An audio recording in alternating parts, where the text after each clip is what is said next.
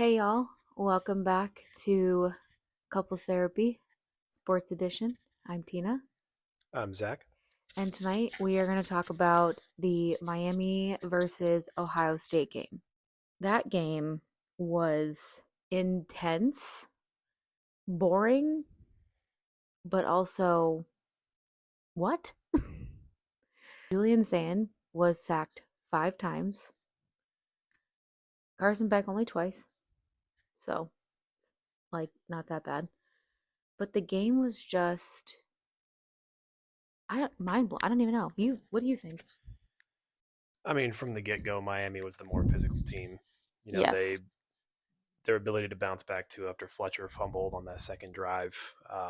He really just came back with a vengeance. I think the biggest thing is Carson Beck didn't really have to do much. I mean, he made the right throws when he needed to, but he didn't have to be this 400-yard, 5 touchdown passer kind of guy. He just went out there, made the right reads, made the right smart throws when he needed to, and the defense did the rest. I mean, that front seven for Miami was chasing Sayan all day long, and it really goes to show you what Sayan can do when he doesn't have 10 seconds to throw in the pocket and wide open receivers all day long. So just a nightmare game for Ohio State. They weren't as physical as Miami, and it showed on the field. And it really started to come down to that. It really started to fall apart after that pick six that he threw in the first half on that wide receiver screen, which is a coach's nightmare. The way that play resulted. So Miami came in as a big underdog, but I think they've got a lot to prove, and they're excited to hold on to their next matchup against a team that I did not expect to be there. No, I definitely did not see this. In fact, in our podcast we did last weekend, I said that Miami is in for a wild ride. I think they're in the ride of, they said they were in for the ride of their lives. And well, I was wrong because Ohio State definitely did not come. I've always said that there's two teams that play and there's two teams that really want it, but one of them always wants it more. And I think Miami was the major underdog in this story, and they absolutely dominated Ohio State. And I know as Michigan fans, we're happy about that. So Oh, when Ohio State loses, America wins. That's the way that I see it. So it's definitely a good start to the 4 playoff games that we had over the last 48 hours. So it was an intense game from start to finish, but Miami, like I said, they were the more physical team from the get go.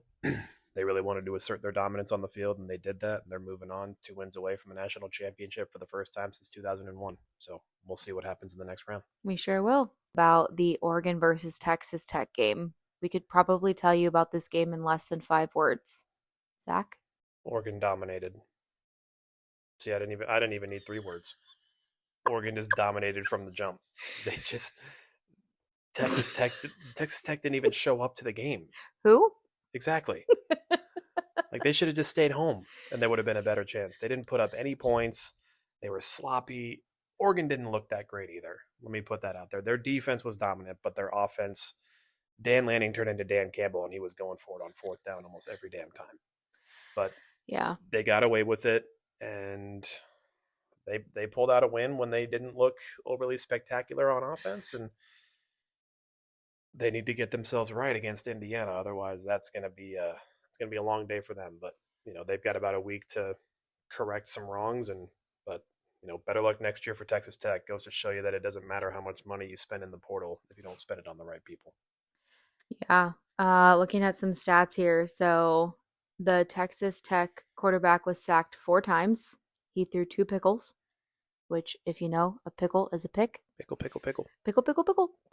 And I mean, Dante Moore, he had 1 interception and 2 sacks as well, but he threw for 234 yards. That boy threw down yesterday.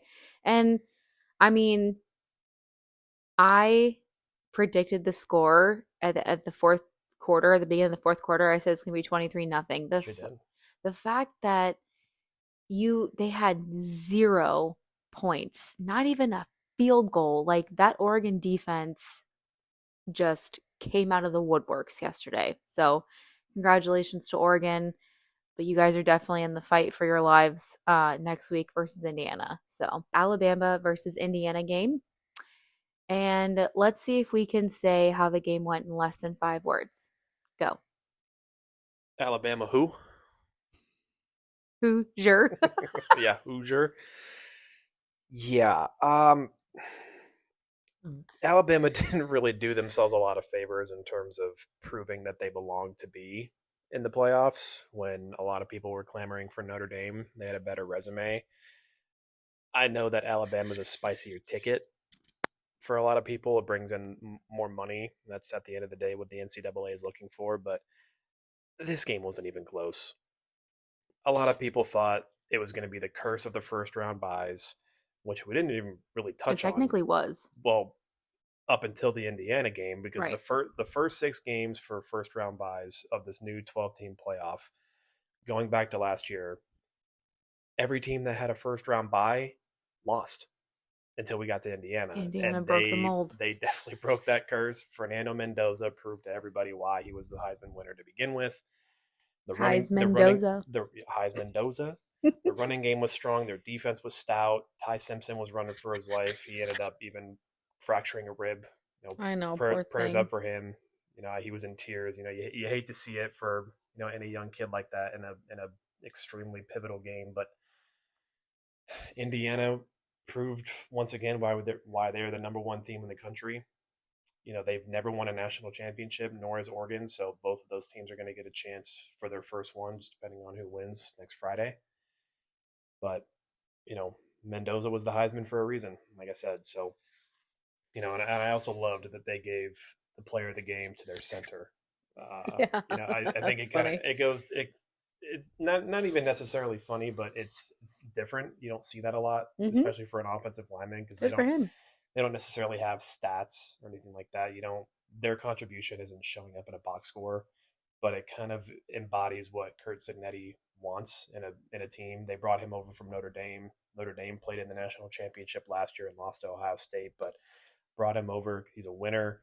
He knows how to play in big games, and he gives them that edge that they want because football in the playoffs, it's all about winning in the trenches, and that is how you do it on the offensive line. And he was plugging holes all day long, giving Mendoza time to throw in the pocket.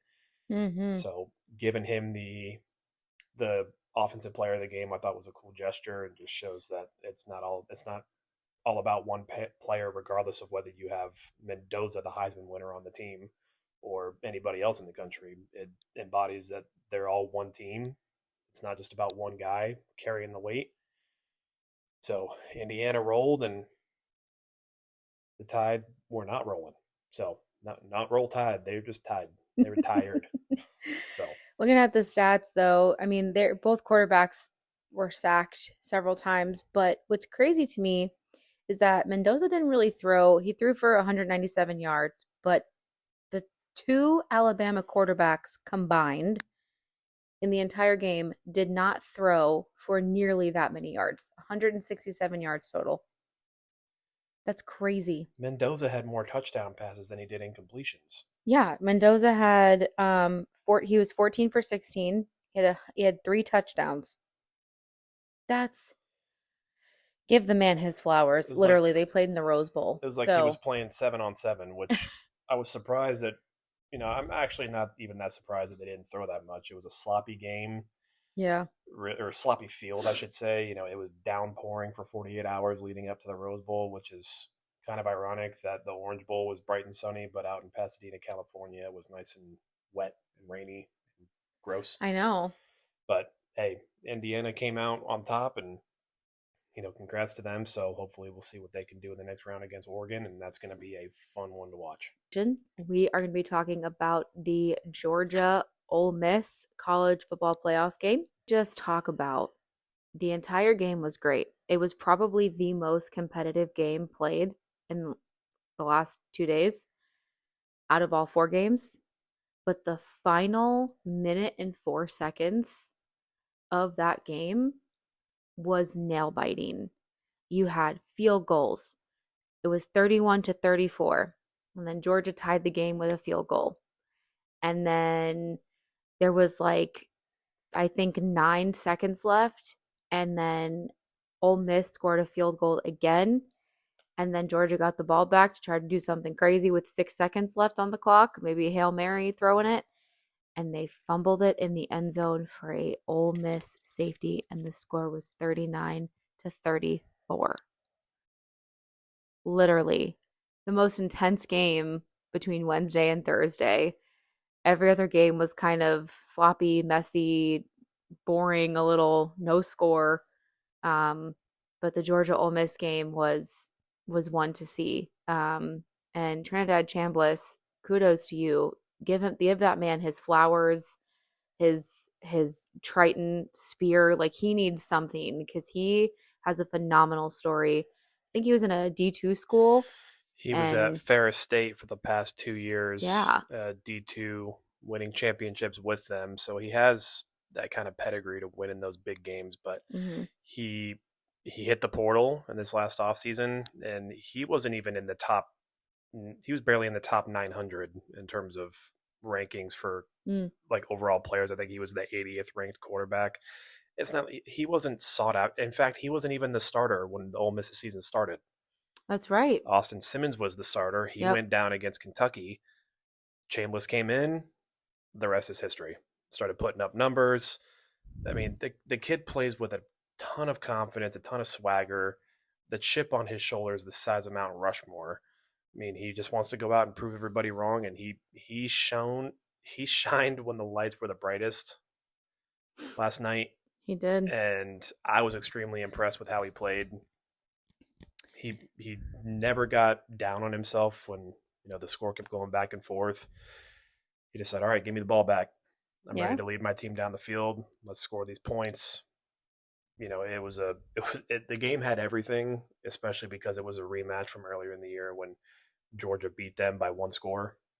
Oh, So, yeah, that was tough. and it's an even bigger story too because they're doing it with an interim head coach. Yeah, No, Kiffin. no Lane Kiffin. He wanted to hit Nope. the road for the Brinks truck. LSU, now Lane Kiffin's trying to steal some of that glory, but we won't talk about that. Uh, I do think it's interesting because I was listening to the broadcasters last night talk about the offensive coordinator for Ole Miss, and he's actually leaving. He's going to LSU. But and a couple other coaches they're going to LSU to follow Lane Kiffin. And I thought it was interesting that all of the coaches that are going with Lane Kiffin to LSU said we're staying until the playoffs are over, because and that was that was a deal breaker. If they weren't allowed to stay and coach through the playoffs, then they were not going to go with Lane Kiffin and they would stay at Ole Miss. So I thought that was interesting. Um, but Chambliss, I'm looking at his numbers here. So again, out of all 8 quarterbacks that played on Wednesday and Thursday, he had the most yards. He had 362 yards, 2 touchdowns, no pickles, no sacks. His completion and attempts were 30 for 46, not great, but I mean, again, out of every quarterback that played on Wednesday and Thursday, he had the most attempts, the most yards. This kid is like he's not a bright light. He's not in the spotlight. He's not a Heisman runner up. He's not well known. He's just playing football because he loves it. And I think that that is an incredible young man right there. So like I said, give that man his flowers, give him everything, all you got at him, because I think when they play Miami, right? mm-hmm. When they play Miami next Thursday, yeah, next Thursday. Thursday Yep. in the Peach Bowl, it's gonna be a really good game to watch. Ole Miss and Miami. It's gonna be a really good game. So make sure you stay tuned and we'll keep you posted.